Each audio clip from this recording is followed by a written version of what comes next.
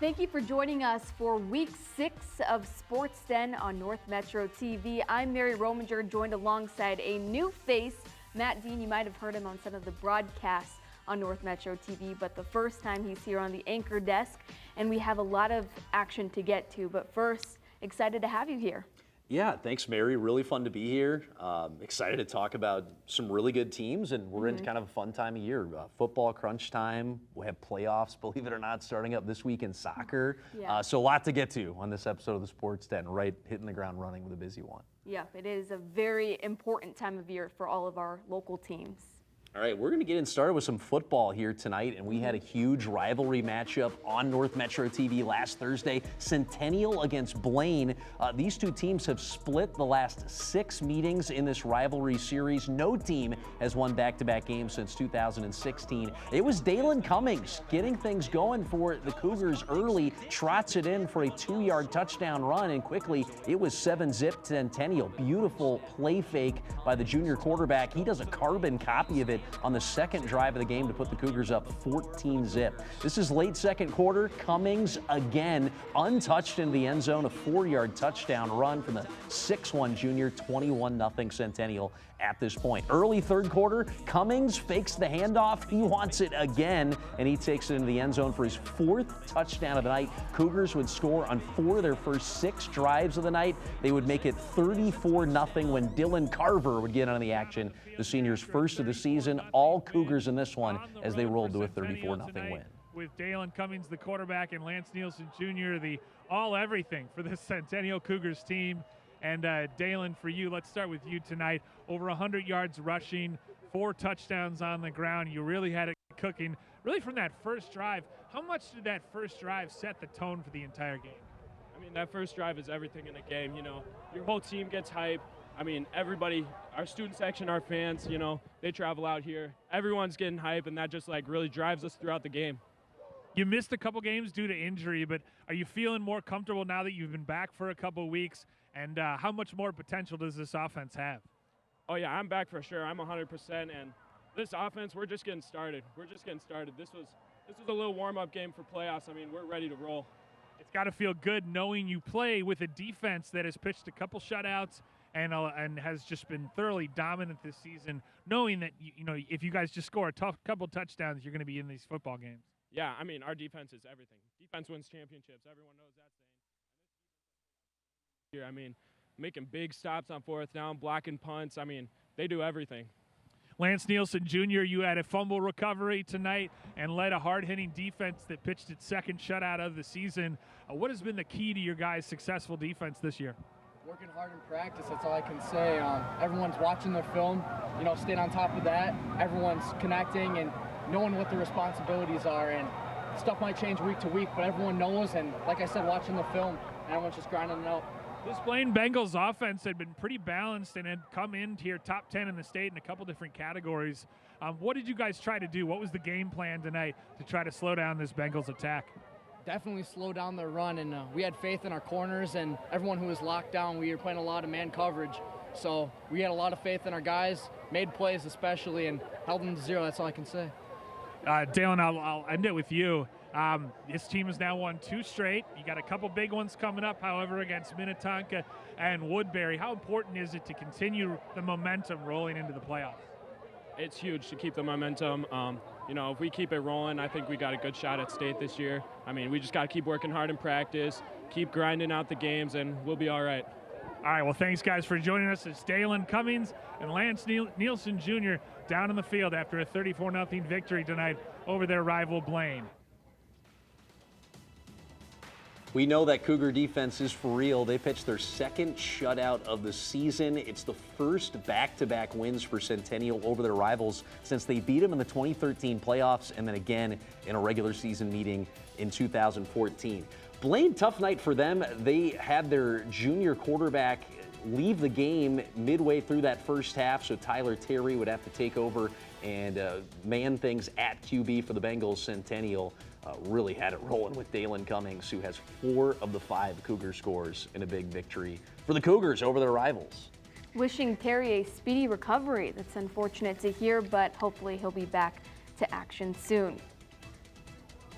Well, next up, the Spring Lake Park football program is on the road for their Week 6 matchup against Robbinsdale Cooper. SLP first across the goal line as we drop in the first quarter. Braden Talso punches it through 7-0 Panthers. Later in the second, Panthers finding their success on the ground. It's the senior Talso walking it in for the 5-yard TD run. SLP owns the 14-0 advantage at this point, but Cooper will answer shortly after. Denari Connors runs to the outside, and he'll go the distance, stiff-arming his way into the end zone. Big 42-yard rushing touchdown for Cooper. Hawks with a chance to tie it up. Cameron Fox hits Jackson Howard for the 14-yard catch and run to the house, 14-14. Final minutes of the first half, neither side done yet. SLP senior Jackson Smith gets through as the Panthers retake the lead. 15 seconds left. Cooper QB Fox with time.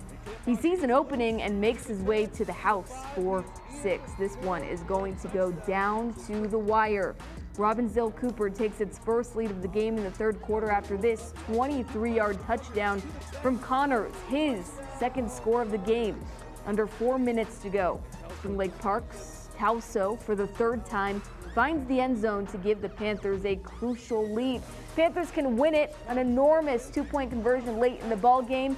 Talso connects with receiver Ashton Tucker. SLP wins narrowly, 29-28.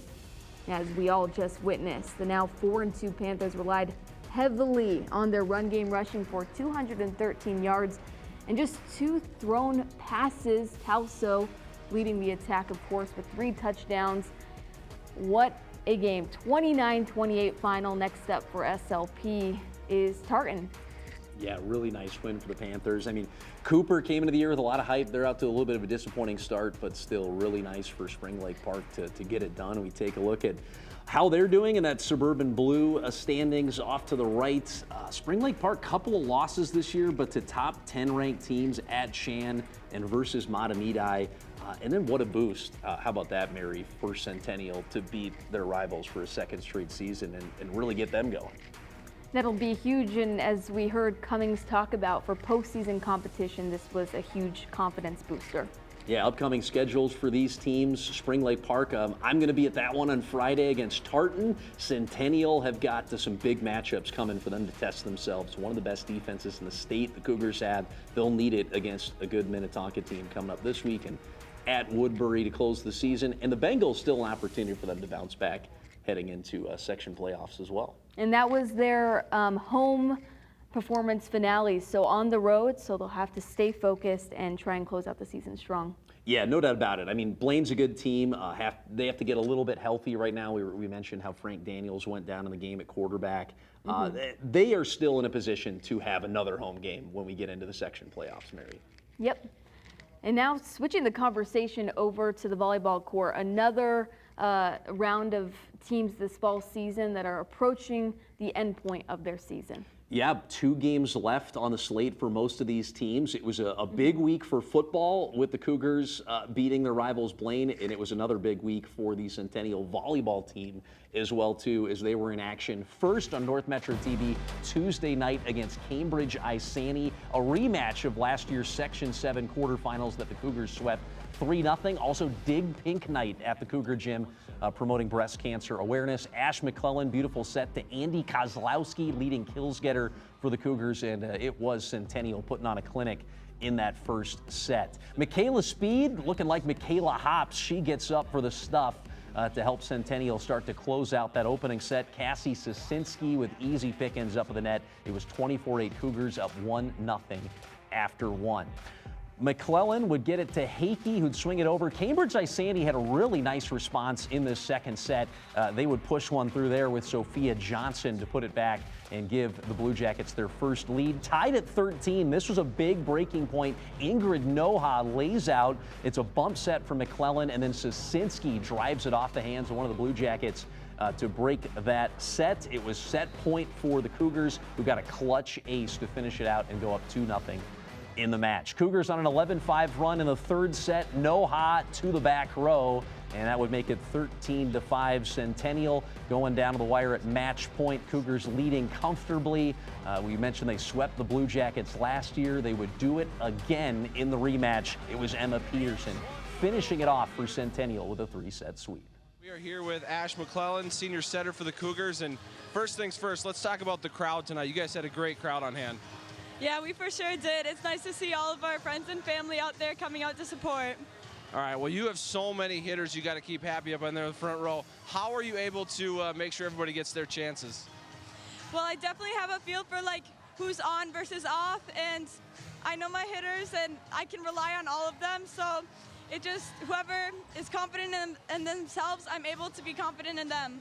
Your coach called you the vocal leader of this team. What does that mean to you? I feel that I try to lead by example and pump people up however possible. When you got a big one on Thursday against Blaine, how do you feel about that? Very excited. All right, thanks. A later matchup for Centennial. This time it's a conference clash. 12-3 Centennial hosting 8-7 Blaine. Just a couple of games left on the regular season schedule for these two. As we mentioned before, we're tied at 5 in the first set. There's Blaine senior Jillian Hansen in the middle for a laser kill. Later in this set, Centennial battling Blaine's Clara Brown hits into the double block, and it's out of reach for the Cougars point. Fast forward to set point. Cougars with a 10-point lead. Look to the left side as senior Annie Rickmeyer lays down the hammer to clinch the first set for Centennial. Set 2 now. Blaine with the lead halfway through. Hansen adds it to it with the power shot from the middle. Cougars turn it around for the 3-point lead still in set 2. Nice rally from both sides, but Andy Koslowski says enough and gets up high for another monster kill. Later it's set point for Blaine, who refuses to go down without a fight, and it pays off. Bengals in rhythm, and Sydney Carlson gets the finisher. All tied at 1 set apiece. Cougars in front as we drop to set 3. That was a nice ace serve by Brown. Centennial leading 23-18. Klosowski with the roll shot, and it ends in a point. Cougars win set 3. Centennial can end it here with a win. Long rally. Brown set up, and she puts it through the double block. Great kill by the senior. Fast forward to match point for Centennial. Blaine caught out of rhythm, and it's the Cougars coming out on top 3-1. And there you see Hecky for Centennial, 17 kills, sharing that stat line with Koslowski. 17 kills and 10 digs. Those two, the clear leaders of the Cougars' attack in offense. McClellan, who we heard from in her prior matchup, 8 kills and 42 assists. Blaine falling, but they did put up a strong fight in all 4 sets to keep it close. Yeah, Heike, you see with the 17 kills you mentioned. I mean, it's a 6'3" freshman, so potential for her to be playing her best volleyball of her career when it counts for the Cougars coming up. Looking to make a run potentially through that section tournament, and maybe not the last time we see those two teams battle it out with section playoffs just around the corner. And rounding out our volleyball highlights, the at the time 5-10 Robbinsdale Armstrong Falcons visit the 4-10 Spring Lake Park Panthers. Buckle up. Defense on full display in this hard-fought conference showdown. Both teams in rhythm in the opening set. SLP senior outside hitter Lily Morel takes a big swing. The double block is there. Morel uses it to her advantage for the point. Let's fast forward. Armstrong on the attack, but Blaine builds the wall and shuts down Carolyn Limerick. Later, the Falcons will get that one back. It's the double block duo of Ava Brigham and Nora Jebb. See what I mean? These defenses putting on a show for the crowd. The Panthers win set 1, 25-21. By the way, all season long, Spring Lake Park Junior Addison France has truly stepped up and led the way. Standing at 6 feet tall, there's France. A big kill and an important one late in set 2. France gets the Panthers in a comfortable spot. Nice dig, and it sets up France for another big-time shot. Despite what we'll see later in the box score, Falcons always finding an answer. In fitting fashion, it's the defense in the end. Brianna Numsbaum, the junior, is there for the solo block, and in the end, SLP wins in straight sets, 25-21, 25-23, and 25-20. I think our defense was really strong tonight, and the second ball coverage was awesome. We worked on coverage in practice last night, and it really showed out in the court tonight to get many chances back.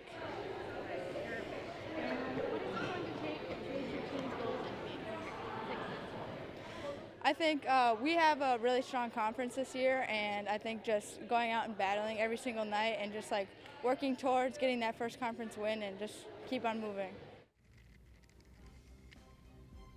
Upcoming schedules for all three of these programs here. What is next? Again, 2 games left until we get to the section playoffs, Mary. So this is really the time of year when these teams want to be playing their best volleyball and get themselves ready for that all-important playoff tournament coming up. And for Spring Lake Park, it seems like they're really feeling and getting good chemistry with their team. 3 straight sets victories. Yeah, we got soccer coming up as well next to where we're headed into section time, believe it or not already, Mary. It's crazy to think about that. Fall sports, I mean, they just got started, it feels like, back in August. But we're going to have, win or go home games on the line starting tomorrow night. So some big ones coming up on the soccer scene as well, too, in the sports day. Truly exciting. I can't wait to see, especially as you'll see the girls soccer in the area has been shining all season long. So all the long season of hard work, it all matters come postseason time. Yeah, and Kendall Stadden has been one of the stars in this state of Minnesota this year for Blaine. And we've got some highlights for the Bengal girls taking on Park Center on the road. They were without Kendall Stadden in this game. The boys got this doubleheader started against Park Center on the road with Blaine coming in unbeaten in their last 4 matches. A nice little interplay on the right-hand side. You see there Moses Tamba finding Zach Triplett, who would lay this one across in a beautiful one-time volley from Ryan Bowman, far post. Goal number 8 in the season for number 8. Bowman would deliver that ball to the box, rattled around off the crossbar, eventually finished by Zach Triplett, who set up the first. He would score his 5th there for the junior, and Blaine were up 2-0. 9 minutes left before halftime. Long free kick for Park Center. Tura Dalu, a little bit of a mishit on the headed clearance. Johanso Camacho was there with good awareness in the box to get one back for Park Center. Late second half, still a 1-goal game. Marius Kida with some great effort on the press takes it away. He knows just what to do, slotting it home beautifully to make it 3-1 Blaine on Kida's 4th. Game over, right? Not quite. Park Center still had some push with an injured player down in the box. The Pirates would get one back, and the Bengals were just up by a goal. They would hang on to take this one by the final of 3-2.